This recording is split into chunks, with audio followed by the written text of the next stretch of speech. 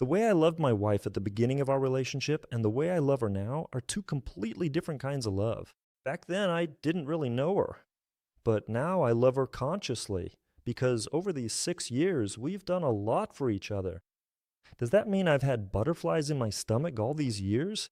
Even at the beginning of our relationship, we used to joke that if we had butterflies of passion, we could have gotten married back when we were just friends for a while. Let me see. During the first month, we were just talking as friends. There was absolutely no sexual attraction, nothing like that at all. Did it appear? I want to understand this thing. I also prepare for the podcast and listened to and read a lot of people, and I realized two things about how we choose our partner. Often, when we choose a partner, we aim too high. We cast our line way too far. We see someone more successful, more attractive, and we think, damn, I'm not worthy of being with him or her, but I want to be with. But I believe that you'll never find the perfect partner who matches all your, wishes. There's no such thing. We fall in love with the person who's just a little bit better, a little bit above us. And there's another point. We're a psychologist. I watched them. He advised, though I don't really get it, that when you see a person you feel comfortable with who is kinder, not more attractive, but kinder than you, or has some kind of spiritual qualities like that. And that's the kind of person it's better to fall in love with, because I believe that without that infatuation, without that emotional connection, there's no point in going to that person, even if maybe they don't stir up as many emotions in you. I agree. So you had a second option. I Think it's better to look for a fireplace, not fireworks. Fireworks end very quickly. So what then? It's better, well, it ends quickly. You see, that surge of hormones you're talking about, it ends quickly. I think you can truly love someone only when you really know them. Well, But then how? Come on. Objection. no. That? Well, it doesn't just happen instantly. No matter what, you have to have some kind of fascination with your person. I mean, looks play a big role. Sometimes you want someone, sometimes you don't. If you get along well with her, but you don't desire her, how can you fall in love with her? Because for me, for example, relationships that come from a man are first and foremost about a man's attention. What I'm about to say next, a lot of people might not agree with, and they might think it doesn't work that way for them at all. But I've interacted with quite a few people, and I see how it works for most of them. So I'm not claiming it's true for everyone, but for most people, this is how it works. If we're not talking about pure sexual attraction, like I see an attractive girl, everything happens inside me, and that's it, I rush over to meet her, and she's definitely going to be the mother of my children just because she dances best by some pole in the club, well, we understand that it doesn't work like that. Well, what I am really trying to say here is We realize that something else is driving us in those moments. It's not about deep, sincere feelings. For some people, it's about a one night stand, having fun. That's attractive. If we're talking about serious, deep, strong feelings, it usually starts with some kind of friendship. It's a situation where we're observing each other. It's a situation where we start to understand each other's lives. We watch each other's actions. We pay attention to what the person does. So, this is a process where we get to know the context of this person's life, their values. At this stage, you might not have butterflies in your stomach, you might not feel like everything in your pants is about to explode, and you just know that if you don't have sex with this girl right now, it's all over. It's not always like that. This is the moment when you first get to know her personality and you see what her worldview is, how she thinks, what her outlook on life is, what her character is like, what habits she has, how she treats her parents, how she treats you, how she feels about her job. At first, you look at these things because passion in a relationship can come easily and it can leave just as easily. There are a lot of people who started with passion who, like otters, couldn't get out of bed at first, but then they often have a lot of problems in their marriage because they started with just sex and they only looked at the fact that they had great sexual compatibility, thinking that they could build everything else on top of that. You'll never build it that way because sex isn't always the foundation of a good marriage. Very often, that's just not enough. And even people who didn't have butterflies at first, who didn't feel infatuation or passion, but got to know each other, started out just as friends, shared the same values, developed common interests and goals, over time, they can develop sexual desire and even passion. because we can truly fall in love with someone we really get to know. And if we're talking purely about sexual arousal and the desire to act on it with a partner, then of course you don't really need any complicated formulas for that. Just Well, my own example, probably. I've always fallen in love and truly loved. Maybe so the girls don't get offended. Probably only twice in my life, for real. And it was always love at first sight. I've never seen an example where I could fall in love with someone I've been talking to for a long time. If nothing sparks from the very beginning, if you don't see that this is your person, I don't know any other example. But if you say that it exists, I'm not going to argue with you. I think that a lot of people didn't fall in love at first sight, but after many encounters as they got to know each other. Okay, here's a question I've already asked you. And I always ask this question to interesting people I talk to, but hardly anyone has given me an answer to it. Actually, no one has. Has anyone ever given you an answer that you liked or that suited you? Well, Everyone around me, just like you answered today. you don't take me that simply. But today, I found an answer to that question. When I was preparing for the podcast. It's also not a direct answer. Anyway, here's the question. Understanding that you can't influence someone's feelings or thoughts. Today, someone loves you. Tomorrow, they love someone with an eight-pack, just for example. So, how do you build a relationship, the kind of relationship I imagine as someone who grew up in an Orthodox Greek Catholic family from Galicia? My relationships aren't like there. My worldview on relationships isn't like, say, the modern Kiev style, where today you're here, tomorrow you're there, you're together for a while, and then you go your separate ways. In my understanding, it's a lifelong plan because it's important for me to know what tomorrow will bring. It's important to make plans and so on. So, how do you build a relationship with someone if you naively believe that they'll always be with you, that their views won't change tomorrow? Let me ask you a counter question, and then I'll answer yours. Imagine you're dating a girl who suits you perfectly. You enjoy talking with her. You like spending time with her. You appreciate how deep she is. You like the direction she's growing in. And overall, the way she looks at you. Basically, everything about this person makes you realize this is my person. I feel great with her. Is there a chance that while you're in this relationship and happy in it, you'd be like, Jana, at work, come here, I'm about to cheat. Is there a chance? Look, there isn't. But we're talking about long term relationships, where today you're at this stage believing that this is your person. You believe that you can be in a long term relationship with a girl like that, and then she becomes your wife. She's constantly working on herself. She's changing in different ways, reading smart books, growing psychologically, developing in sex. She's growing as a mother to your children. She's learning how to support you, to inspire you. She's working on herself. You're happy in a relationship with her. Do you believe that at some point you could just take all of that and flush it down the toilet just because you want to sleep with Natasha? Do you really think that's a realistic scenario? Well, we do see examples where it happens. But would you do that? No. It's the same for the person who's in a relationship with you. If you meet their basic needs, if you're the answer for them, if they're in a relationship with you where they're happy, they're not going to go looking for something better when things are already good. When, as a man, you fulfill the roles of protector, friend, lover, and provider for her. When she understands, this is my man, and I'm very happy with him. He does a lot of things for me. She doesn't look for anything on the side, and if you're happy in this relationship, you don't look for anything on the side either. And so when you ask whether it's naive for me, for example, to get into a long-term relationship because something might change over time, you need to understand that things don't just change over time by accident. There's a certain process involved. For example, as a man, you might need to become closed off to certain issues. For example, you need to stop giving your wife your time and attention so that in 6 months she starts looking elsewhere.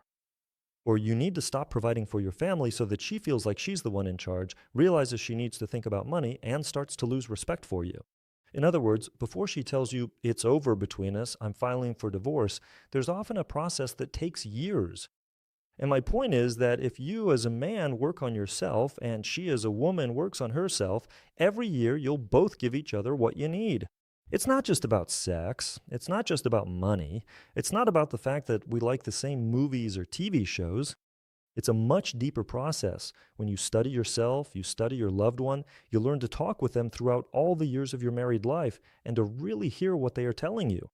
And when you understand that she wants this, she lacks that, here she feels hurt, here she feels uncomfortable when I say this, here she feels ashamed in this situation, if you are open to this, you start to change. But when you're closed off to this, then a situation comes up where at some point she tells you, there's this Valera Q by Pressa, or he listens to me, or there's some Alexi who helps me. But this doesn't happen in a vacuum. For her to become interested in someone else, a lot has to happen with you where you're not meeting her basic needs. Because people don't go looking for something better when things are already good. And likewise, I believe that if you work on yourself, you can confidently enter into a relationship because the chances that she'll meet someone better than you are almost zero. You're already in a relationship with her, she already loves you. If you're not a completely closed off guy, I don't want to say a jerk, then most likely she'll stay with you. So, hey, I'll tell you where I found this answer. I I found this answer from that crisis. From that crisis, we learned that there are things you can't influence, and you just have to accept the conditions as they are.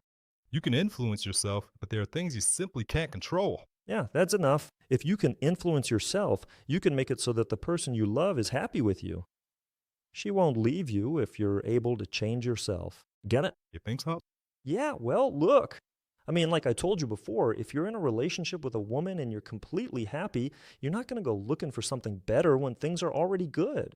If you're satisfied with everything that's happening in the relationship, you're not going to. But hormones kick in, there's other stuff at play, and sometimes the person just can't control themselves. They see something cool, something exciting.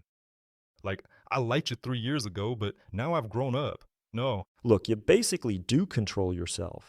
When you're walking down the street, you don't just attack people for no reason. If you see someone with a wallet full of cash, you might think, I need money. And it's the same when you see an attractive girl. No matter how attractive she is, you still have a choice.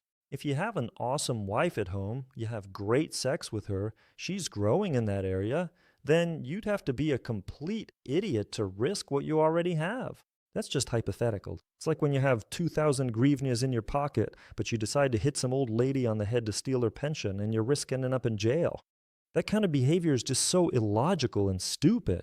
That's why I personally believe that neither you nor any other reasonable person would ever do something like that. We know how to control ourselves. We're not some kind of monkeys. We are highly spiritual, intellectual people who can control ourselves. And if I consciously cheat on someone, that means it's my own internal decision. It's a stupid one, but it's still a result of my own insecurities, fears, or prejudices. It could also be driven by some kind of hunger I have inside. If I haven't had sex with my wife for a long time, of course, most men will start looking around. That doesn't justify cheating. The full responsibility for cheating lies with the person who cheats. But the point is, when you're hungry for something, that's when the opportunity for other options appears. And when you work on yourself, you can't change your wife, you can't change your loved one. But by changing yourself, you can become a more valuable person to her with each passing day. The chances that she would risk her relationship with you for a random hookup, a flirtation, or some affair on the side, why would she? She's not hungry. You provide for her as a friend, as a lover, as a financial provider, as a protector. Why would she risk all that if you're working on yourself? well, you're saying the right things, but if a person, So maybe you shouldn't date a smart person? that's true.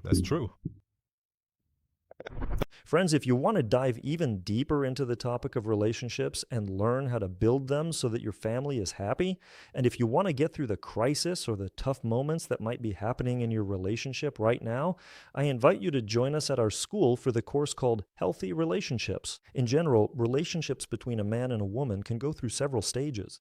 Relationships have a healthy phase when everything is good, or an illness phase where we argue and lack understanding, but life is still manageable. The third phase is resuscitation. We're on the verge of divorce, seeing various specialists, and doing everything to save the relationship because of a total lack of understanding. In the course we have called Healthy Relationships, we will learn how to get out of the resuscitation phase, move into the illness phase when we have conflicts but life is still more or less manageable, and how to move from the conflict or illness phase into a healthy relationship when we can finally hear and understand each other, when we've figured things out, what our actions are and why they lead to such a reaction from a man or a woman. And in this way, we will be able to learn how to build relationships the right way. Because unfortunately, we can spend 5 to 7 years getting a profession, but not spend a single hour trying to understand how to actually build relationships. So if you want to join this program, check out the information below this video, and I'll see you in the course. Right now is a tough time, especially for men, let's be honest. When you have so much going on, when the world isn't playing on your side, when there's mobilization, when things are connected to the war, they affect you, your financial situation, your state of mind. And it's really hard to share this with your wife or with your partner because when you come home, there's just white noise in your head when you have so many different thoughts, so much going on. A girl comes up to you and says, "Look, I'm planning to go to Spain. Tomorrow we're flying to Spain." And you're like, "Damn, what's Spain? I've got so much going on here, and we don't even know where we'll be living tomorrow." And men put on this mask of a tough guy who has everything under control. I've got everything under control. Everything will be fine for us, and you can't let your guard down in front of your girlfriend. How can a girl learn to talk to a man to help him take off that mask? Look, I start from the idea that basically men don't really want to be so closed off, like a brick wall. I think that everyone needs a kind of friendship and communication where they can be genuine and open. I'm not saying that men will start crying or tell you absolutely everything, but I believe that if they feel safe and get a reasonable reaction from you, they can be quite sincere. Men close themselves off when, after he tells you about his problems at work, a new problem appears for him in the form of your reaction, your nerves, or the fact that now you're going to nag him about it.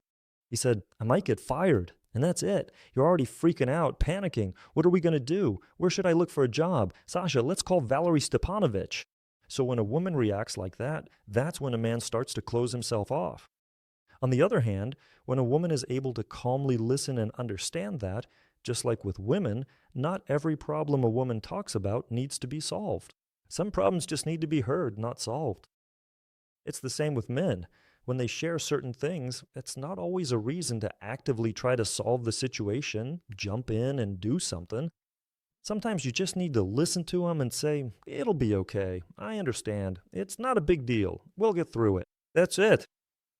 Like, okay, if he feels that he can tell me what's going on and it doesn't turn into a fight, it doesn't turn into nerves, it doesn't turn into a scandal, he doesn't have to call me down, run to the pharmacy for sedatives, or call my psychologist to settle my nerves, then gradually he'll get used to the idea that he can tell me everything. Of course, a man won't share all his problems or burdens. It's simply because there are things that are easier for a man's shoulders to carry than a woman's. Like when we pick up a heavy grocery bag, we take it from our wife just because we have more muscle.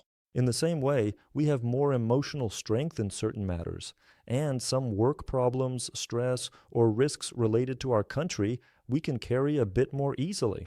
And that's why, for example, my wife doesn't know about 100% of the problems I have in my business. She doesn't know about 100% of the problems I have in my life in general.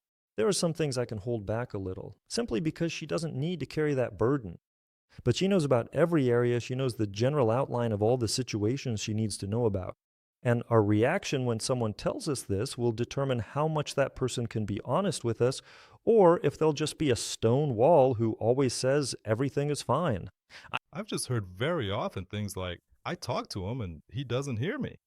I'll leave him because he doesn't hear me." Probably you just need to take off this. Don't speak with respect, like in The Godfather. You come to me, you talk, but without respect. I Also, didn't know about it. I found out recently when I started reading a book. I read about how to communicate with a girl. When a girl comes to you, she always communicates with emotions, in most cases, with emotions. Men, personally, whenever I think I know what structured thinking is, I always think in terms of puzzles. So, like this, there's no problem at all because that puzzle piece fits right there. And that's it. There's no problem. And whenever I talked, I was always like, there's no problem. Why are you like this? How should a man perceive these emotional states, these emotional issues women have? When you say there's no problem at all, you need to understand that from a psychological perspective, there's a bit of a devaluation process happening at that moment. For example, when she tells you that something's important to her and you say there's absolutely no problem, like, come on, let's just push through. So it's probably better not to say it like that simply because she'll feel like he doesn't understand me. So for me, this is important, even if it's a childish position, even if it's a childhood trauma, even if my behavior is really immature, even if for millions of people this wouldn't be a problem at all. But my wife is studying to be a psychologist, and they always say this cool phrase, I heard it from her, that when we're in group therapy, we end up triggering each other's traumas. This is when, for example, one person has a certain psychological trauma and another person has more or less the same thing, and they end up clashing because of these traumas. And when we realize that the other person seems to be telling us nonsense, just complete rubbish, we, as men, understand that there's really no problem there. A female coworker at work said something about her in front of another female coworker. Sorry, I know you're a Russian speaker. Kolezhaka doesn't sound quite right. Kolizhenka. Kolizhika? Kolizhaka? Kolizhenka. Kolizhanka. Okay. A female coworker at work said something about our beloved person, and for her, it's a huge problem. Now she's all stressed out. We think, oh, it's nothing. But for her, it's really important. It's some kind of psychological trauma or some issue, a complex, whatever you want to call it. We need to understand that what isn't a problem for us might be a problem for her, and we need to treat that with a certain level of respect. Because if we turn the situation around 180 degrees, and for example, in a marriage, the husband tells his wife, listen, we don't have enough sex. I really miss it. We have sex once every 2 weeks, and that's just not enough for me. He has a higher sex drive than that kind of frequency. And she says, that's not a problem at all. There's no problem at all. It's enough for me. What's the big deal? We'll get through it. So what's happening at this moment? In other words, they're not hearing each other. And if she doesn't listen to him on this issue, at best he'll just turn to masturbation or pornography. And at worst, eventually there might be someone else. That's why it's important to understand that what isn't a problem for us might be a problem for someone else. And we shouldn't dismiss that. And it's important for us to try to look at the situation through the other person's eyes, even if it seems childish or silly to us. Even if we think, well, I would never do that. It wouldn't be a problem for me. I'd solve it like this. I wouldn't pay attention. I'd just forget about it. But imagine that, for example, this particular thing actually hurt you. Imagine that this specific situation was a trigger for you. How would you behave then? How would you want to receive support from your loved one? And when you look at the situation from this perspective, your reaction will be completely different. We were talking, and you said that people come to you who want to get their relationships back. Yes. What are the red flags when you shouldn't try to get back together? Well, probably only when you don't want to. Well, I know it's always a choice, but for example, let's make it personal. What would be the red flags for you when you wouldn't try to get back together? I understand that if I see the other person behaving dishonorably toward me or toward others, then I probably wouldn't try to do anything. That is, when I realize that the person's motivation is bad. It's actually pretty common that you see, for example, someone deceiving others. A girl is in a relationship with a guy and she sees how at work he deceives someone, his boss, the owners, or someone else, and is making some money on the side. And she thinks, well, he's not deceiving me. That's just how he is with them. With me, he's sincere. Everything's fine between us. I think that when someone behaves badly toward some people, they can just as easily behave badly toward others too. And if you see, for example, that your beloved boyfriend yells at his mom and swears at her, but speaks politely to you, you need to understand that over time, chances are you'll end up being sworn at too, simply because that's how his mind works. He's capable of that. In other words, he can use that as a tool to resolve conflicts. So when he's having a conflict with his mom right now and you're watching, you might think, we love each other. That won't happen with us. But if, after 5 years of marriage, the conflict is with you, then basically, as part of his toolkit, he'll use those same words, that same tone. He can attack like that and get personal. That's why when we see someone behaving in a dishonorable or inappropriate way toward another person, for me, that's an important red flag. Okay, look, I have a question. I've come across situations where someone has been hurt by a previous experience, and instead of choosing the partner they truly want, they pick someone they just feel comfortable with. I have a friend who is dating a girl he consciously doesn't find attractive because he's afraid that someday, because he feels that if she leaves him, it won't hurt as much, like it did before. The trauma was that he used to date a really beautiful girl, but she would respond to attention from lots of other guys, and at some point she started seeing someone else. Two examples here, one with a guy and one with a girl. What kind of relationship model is this? You really need to know a lot of nuances in the context here, but I often call these situations something like living in anticipation of hitting a concrete wall, meaning you're always afraid you'll crash into that wall. Imagine a situation where you're driving a car. Well, not you specifically, but someone is driving a car. They speed up a lot, and at some point they miss something and crash into a concrete wall. It turns into a really serious accident. Broken legs, damaged arteries, a very tough time in the ER, barely surviving. Then, 6 months later, after her joints and bones have healed and everything is recovered, she gets back behind the wheel and starts driving again. But now she notices that her confidence is gone. So now she drives very slowly. There's no concrete wall in front of her, but she drives as if there is, and she doesn't speed up. It's like she's expecting to have to brake in front of it at any moment. And when a person goes through some psychologically difficult trauma, like, for example, I had a beautiful girlfriend and she suddenly dumped me, then a man subconsciously thinks, if I don't choose very beautiful, attractive girls, then they won't act like that. And here a person makes the mistake of collective responsibility. You can't take the actions of one person and apply them to a large number of other people. In other words, there is no collective responsibility. You can't say that all beautiful girls, just because they get a lot of attention from men, will take advantage of it. Nah, not all of them. Only this particular one you were with, for example, took advantage of it. That's her choice, her consequences. She'll have to look herself in the eye, in the mirror later, and there will be another girl just as beautiful or even more beautiful, and she will be faithful to you because she respects herself, for example. And in this way, when you understand that you need to be able to separate and detach, that what was done to you in the past doesn't mean it will happen in the future.